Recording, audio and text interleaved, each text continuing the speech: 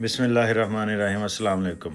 ਇੱਕ ਭਰਾ ਸੀ ਨਾ ਗੋਂਦਲ ਸੀ, ਉਹ ਕਹਿ ਰਿਹਾ ਜੀ ਮੇਰੇ ਨਾਲ ਅਲਜੀਰੀਆ ਦੇ ਮੁੰਡੇ ਤੋਂ ਆਉਂਦੇ ਨੇ, ਅਲਜੀਰੀਆ ਦੇ ਵਿੱਚ ਸਾਰੀ ਤਾਲੀਮ ਫਰੈਂਚ ਦੇ ਵਿੱਚ, ਉਹ ਡਾਕਟਰ ਵੀ ਫਰੈਂਚ ਬਣਦੇ ਨੇ, ਅਤੇ ਤਾਂ ਉਹ ਗੁਲਾਮ ਨੇ ਸਾਨੂੰ ਇੱਥੇ ਯੂਰਪ ਆ ਕੇ ਪਤਾ ਚੱਲਿਆ ਕਿ ਅਸਲ ਮਸਲਾ ਜ਼ਬਾਨ ਦਾ। ਅਤੇ ਇਹ ਭਰਾ ਆਂਦਾ ਰਸ਼ੀਆ ਦੇ ਵਿੱਚ ਵੀ ਸਭ ਕੁਛ ਰਸ਼ੀਅਨ ਲੈਂਗੁਏਜ ਦੇ ਵਿੱਚ ਹੈ, ਡਾਕਟਰੀ ਵੀ।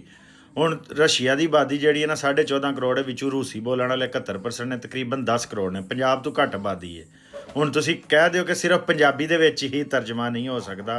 ਪੰਜਾਬ ਦੀ ਆਬਾਦੀ 13 ਕਰੋੜ ਹੈ ਤਕਰੀਬਨ। ਰੂਸ ਤੋਂ ਵੱਡਾ ਮੁਲਕ ਹੈ ਪੰਜਾਬ ਆਬਾਦੀ ਦੇ ਲਿਹਾਜ਼ ਨਾਲ। ਰੂਸੀ ਜ਼ਬਾਨ ਬੋਲਣ ਨਾਲੋਂ ਜ਼ਿਆਦਾ ਪੰਜਾਬੀ ਜ਼ਬਾਨ ਬੋਲਣ ਵਾਲੇ ਨੇ। ਲੇਕਿਨ ਤੁਸੀਂ ਕਹਿ ਦਿਓ ਕਿ ਪੰਜਾਬੀ ਜ਼ਬਾਨ ਵਾਲਿਆਂ ਨੂੰ ਲਕਵਾ ਹੈ, ਸਿੰਧੀ ਬਲੋਚੀ ਪਸ਼ਤੋ ਵਾਲਿਆਂ ਨੂੰ ਲਕਵਾ ਹੈ, ਉਹ ਬੋਲ ਹੀ ਨਹੀਂ ਸਕਦੇ।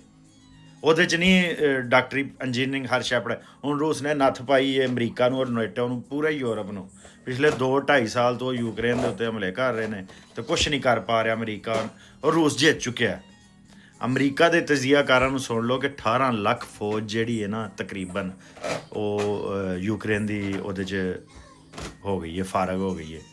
85 ਉਹਨਾਂ ਅਗਲੇ ਜਾਣ, ਅਤੇ ਰੂਸੀ ਜਿਹੜੇ ਨੇ 2-3 ਲੱਖ ਹੀ ਜਿਹੜੇ ਨੇ ਨਾ ਉਹਦੇ 'ਚ ਹਲਾਕ ਹੋਏ ਨੇ। ਅਤੇ ਰੂਸ ਇਸ ਟਾਈਮ ਯੂਕਰੇਨ ਦੀ ਜੰਗ ਜਿੱਤ ਚੁੱਕਿਆ। ਸਾਰੇ ਆਲਮੀ ਤਜਜ਼ੀਆਕਾਰ ਇਹ ਕਹਿੰਦੇ ਨੇ।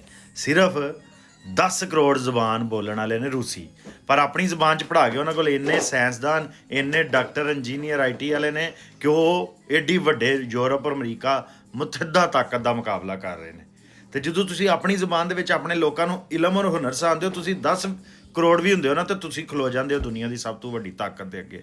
ਅਤੇ ਜਦੋਂ ਤੁਸੀਂ 25 ਕਰੋੜ ਗੁਲਾਮ ਹੁੰਦੇ ਹੋ, ਤੁਹਾਡਾ ਨਾਰਾ ਇਹ ਹੁੰਦਾ ਕਿ ਅਸੀਂ ਆਪਣੀ ਕੌਮ ਨੂੰ ਨਹੀਂ ਪੜ੍ਹਾਉਣਾ, ਅਸੀਂ 1% ਤਬਕੇ ਨੂੰ ਬਸ ਅੰਗਰੇਜ਼ੀ ਪੜ੍ਹਾਉਣੀ ਹੈ, 99% ਜ਼ਿੰਦਾ ਰਹਿੰਦਾ, ਨਹੀਂ ਰਹਿੰਦਾ, ਗਰੀਬ ਰਹਿੰਦਾ, ਨਪੜ੍ਹ ਰਹਿੰਦਾ, ਜਾਹਲ ਰਹਿੰਦਾ ਰਵੇ।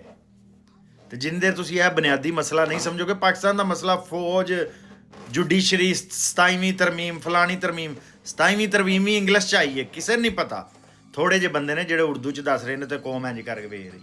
ਅੱਛਾ ਇਹ ਕਹਾ ਜਾ ਰਿਹਾ ਉਹ 27ਵੀਂ ਤਰਮੀਮ ਸਾਡੇ ਅੱਗੇ ਉਰਦੂ, ਪੰਜਾਬੀ, ਪਸ਼ਤੋ, ਸਿੰਧੀ ਵਿੱਚ ਰੱਖੋ, ਅਸੀਂ ਇੰਝ ਪੜ੍ਹੀਏ ਕਿ ਕਹਿ ਕੀ ਰਹੇ ਨੇ ਇਹਦੇ 'ਚ। ਉਸ ਪਾਕਿਸਤਾਨ 'ਚ ਜਿਹੜੀ ਤਰਮੀਮ ਹੁੰਦੀ ਹੈ, ਜਿਹੜਾ ਕਾਨੂੰਨ ਹੁੰਦਾ, ਉਹ ਅੰਗਰੇਜ਼ੀ 'ਚ ਕੌਮ ਨੂੰ ਨੇਰੇ 'ਚ ਰੱਖੇ ਹੈ।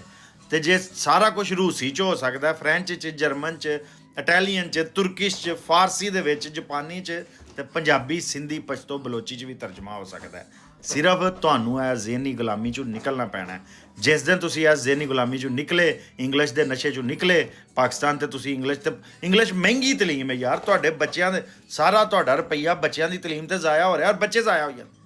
ਪਹਿਲਾਂ ਤੁਸੀਂ ਤਲੀਮ 'ਤੇ ਪੈਸਾ ਜ਼ਾਇਆ ਕਰਦੇ ਹੋ, ਉਹ ਬੱਚੇ ਤਲੀਮ ਹਾਸਲ ਕਰਦੇ ਨੇ, ਪਤਾ ਲੱਗਦਾ ਬੱਚੇ ਹੀ ਜ਼ਾਇਆ ਹੋ ਗਿਆ। ਅਤੇ ਉਹ ਕੀ ਫਾਇਦਾ ਹੋ ਰਿਹਾ ਤੁਹਾਨੂੰ? ਆਪਣੀ ਜ਼ੁਬਾਨ 'ਚ ਬੱਚਿਆਂ ਨੂੰ ਜਿੱਦਣ ਪੜ੍ਹਾਉਣਾ ਸ਼ੁਰੂ ਕਰੋਗੇ, ਤੁਹਾਡਾ ਤਰੱਕੀ ਦਾ ਪਹਿਲਾ ਦਿਨ ਹੋਏਗਾ।